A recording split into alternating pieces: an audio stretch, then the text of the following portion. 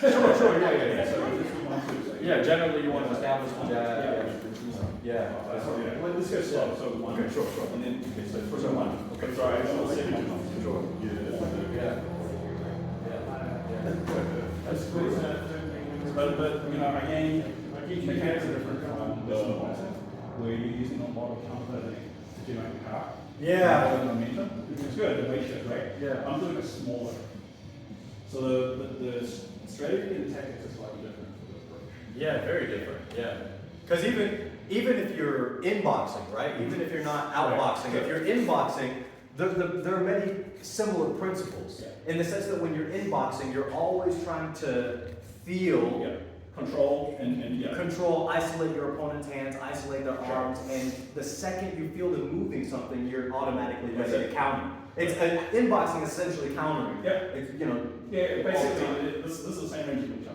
Right. Except Wing-Chun's got it's got a big toolbox. Correct. Right. Correct. It does feel that way. When you compare it to boxing, boxing seems so much more simplistic, maybe Well, is it's the more right direct. word. It's more direct. But Yeah. mechanics are different. So here's the thing with boxing too, though. So in order to generate power, you put a chamber. With my mechanics, I don't. So here, Yeah. I don't need to change it to Yeah. generate power. Right.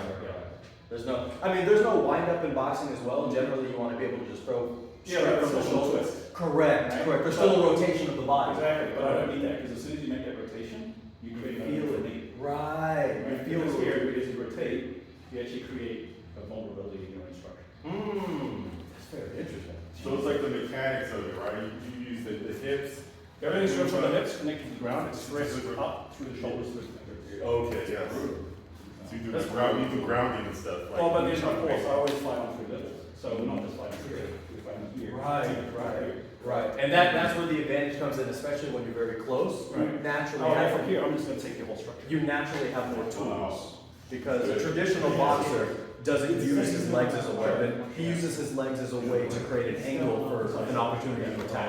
So there's a lot of, I respect boxing a lot, there's a lot of efficiencies in that attacking at the same time.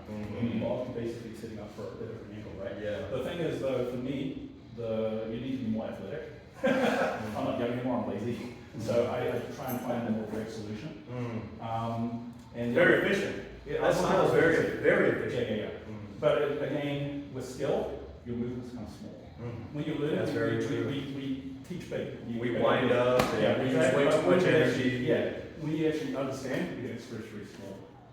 And you can feel that. There's a refinement, right? Yeah, I really respect and admire the efficiency of it. Because even when you're in close proximity like this, you can, especially since you've demonstrated your skill and ability, I can feel how lethal that can be in just a split second. The game is ready, right? So you're figuring it out. Of course, yeah, you respect the range. here. Because over here, it's a lot easier to not respect your range.